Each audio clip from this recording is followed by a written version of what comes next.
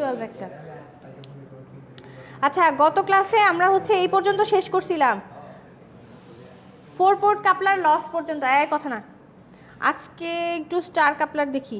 আগের লেকচারটা কি দেখে আসছেন কেউ? ম্যাডাম দেখবেন, এখন টাইম তো নাই। কয়টা বাজে? 53 বাজে।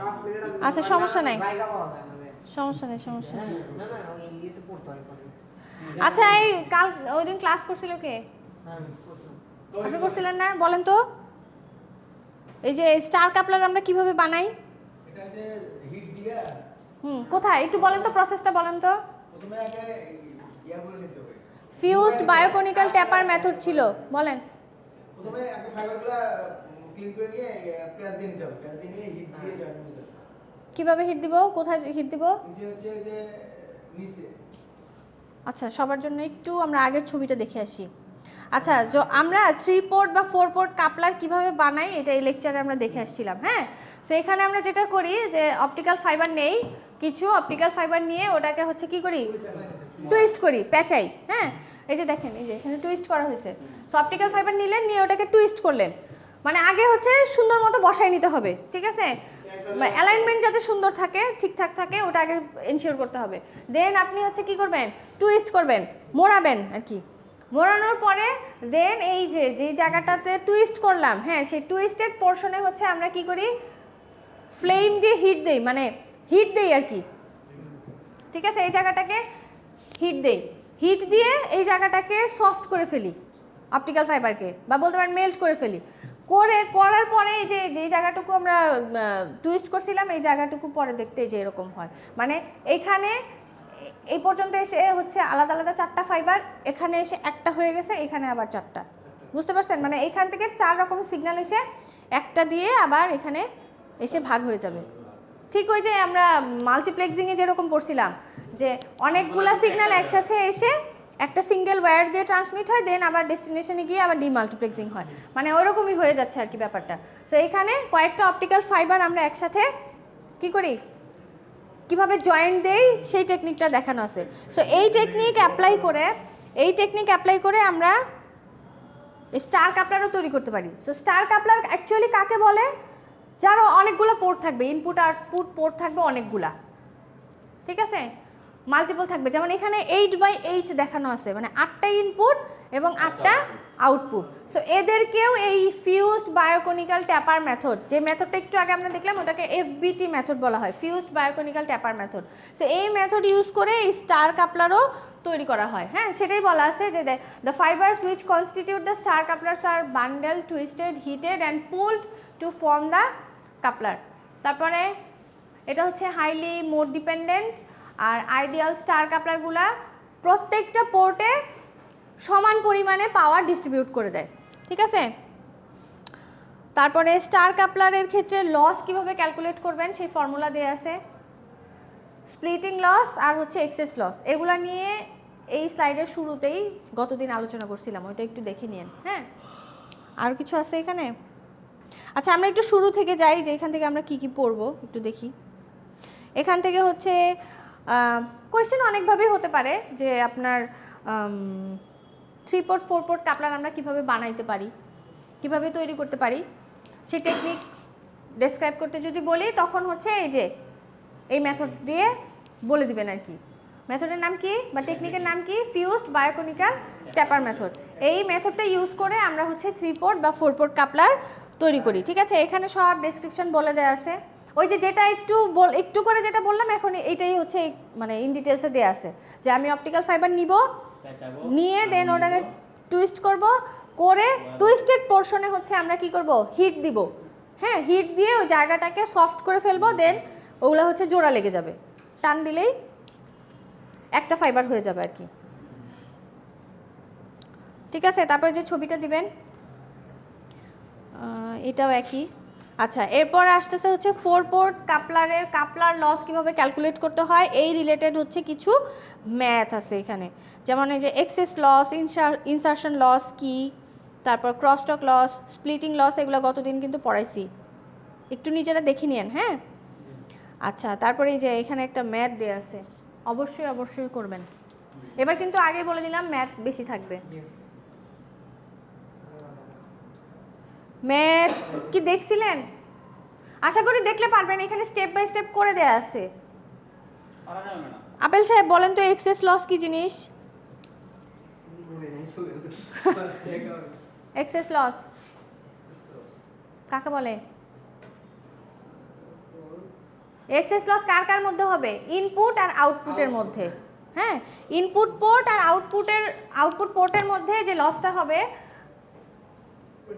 এরকম ছিল না? ইনপুট আউটপুট দুইটা একটা ইয়ে থাকবে।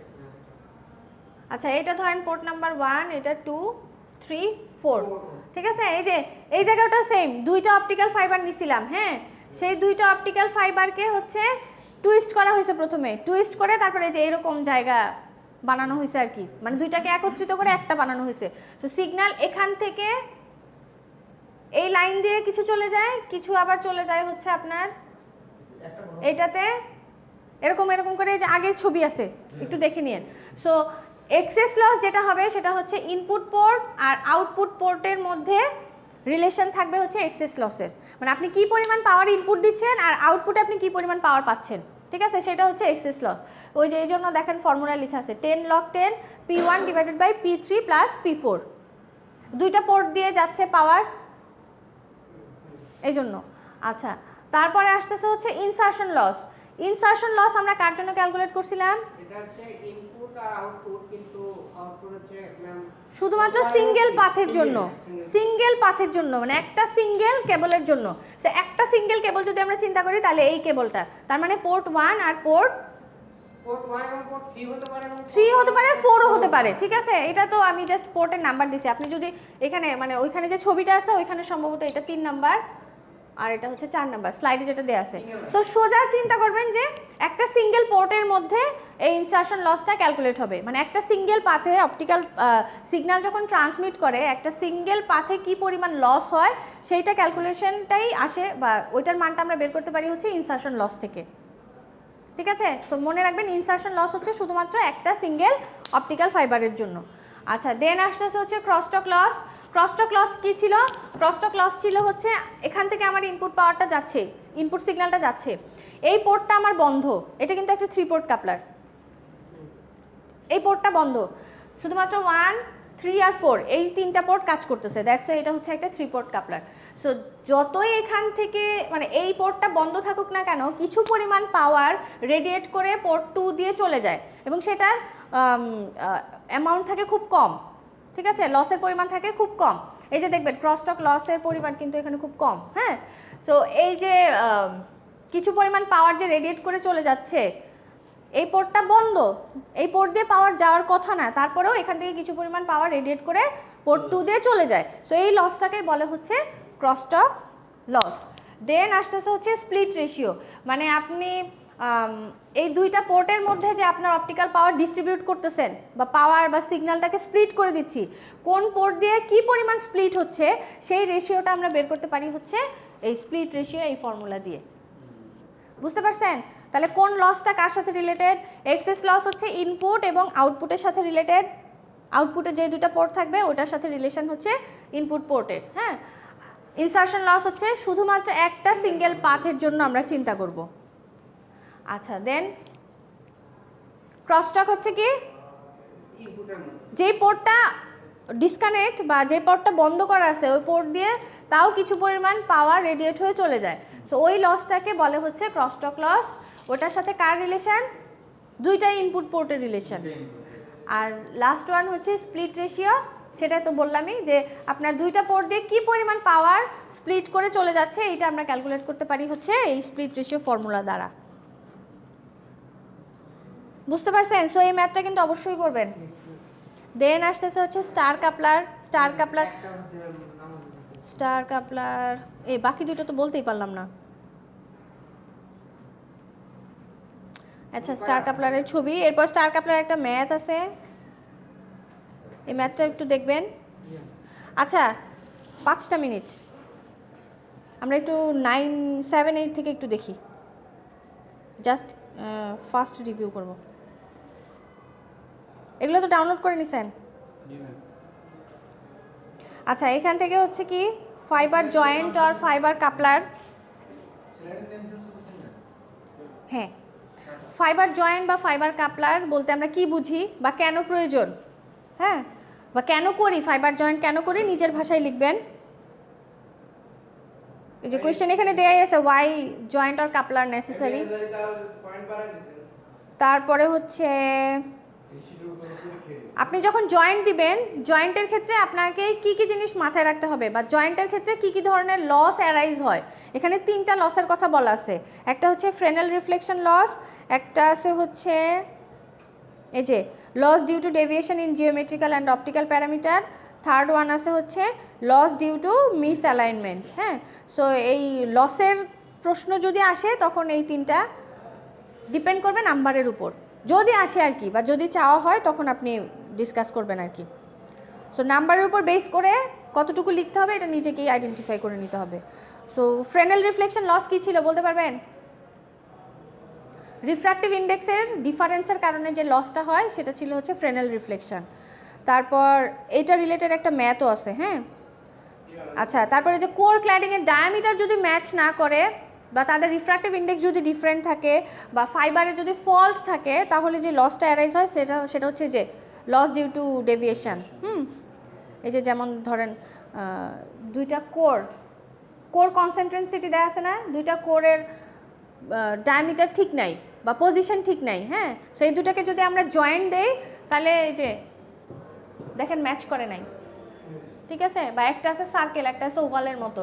সো এই ধরনের ফল্ট যদি থাকে ফাইবার স্ট্রাকচারে তাহলে এই লসগুলো অ্যারাইজ হয়, ঠিক আছে। তারপরে আসতেছে হচ্ছে misalignment loss. Misalignment loss আবার কয় প্রকার? 3 প্রকার ছিল। কীরকম একটা হবে হচ্ছে লঙ্গিচুইডাল কোনটা? এই যে দেখেন মাঝখানে যদি ডিফারেন্স থাকে, আপনি জয়েন্ট দিচ্ছেন মানে এত ডিফারেন্স থাকবে না, কিছুটা ডিফারেন্স থাকবে। হ্যাঁ, কিছুটা এয়ার গ্যাপ থাকলেই সেটা হবে হচ্ছে লঙ্গিচুইডাল, যে বি নাম্বার। এই যে দেখেন এরকম গ্যাপ থাকবে, দুটো অপটিক্যাল ফাইবার যখন আমরা জয়েন্ট দিব তখন তাদের মাঝখানে কি এই যে এরকম গ্যাপ থাকবে, ঠিক আছে, মানে পুরাটা জোড়া লাগে নাই। এটা হচ্ছে এক ধরনের লস। একটা হচ্ছে কি যে এরকম উপর নিচ হবে, সেটা হচ্ছে ল্যাটারাল। আর একটা হচ্ছে এরকম যখন জোড়া লাগাইলাম তখন এই অ্যাঙ্গেলের ডিফারেন্স থাকবে। সো এটা এই রিলেটেডও একটা ম্যাথ দেওয়া আছে, ম্যাথটা অবশ্যই করবেন। দেন আসতেছে হচ্ছে ফাইবার স্প্লাইসিং, মানে বলতে কি বুঝি, মানে ফাইবারের জয়েন্ট নিয়ে প্রশ্ন আর কি। সো এটার হচ্ছে 3টা টেকনিক ছিল। এই প্রত্যেকটা টেকনিক সম্পর্কে ডেসক্রিপশন শিখবেন, অল্প অল্প দেওয়া আছে, অল্প অল্পই নিজের মতো করে শিখবেন, ঠিক আছে। সেইগুলো হচ্ছে একটা গেল, আর হচ্ছে 9-10।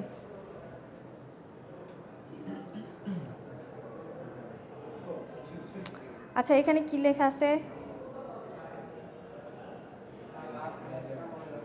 আচ্ছা, এই যে এখানে দেখেন একটা সিলিন্ড্রিক্যাল ফেরুল কানেক্টর, এটার ডেসক্রিপশন। দেন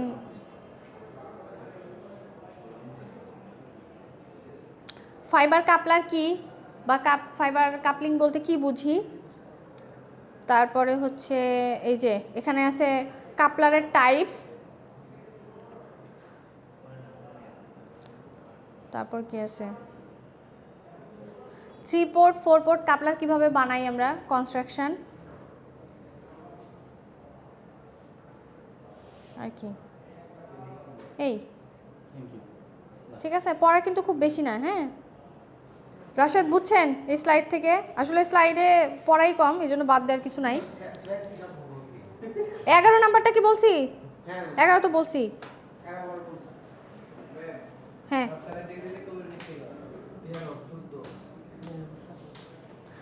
আচ্ছা আবারও বলতেছি ম্যাথগুলো কিন্তু ভালো করে করবেন, ম্যাথ কিন্তু অবশ্যই থাকবে। হ্যাঁ।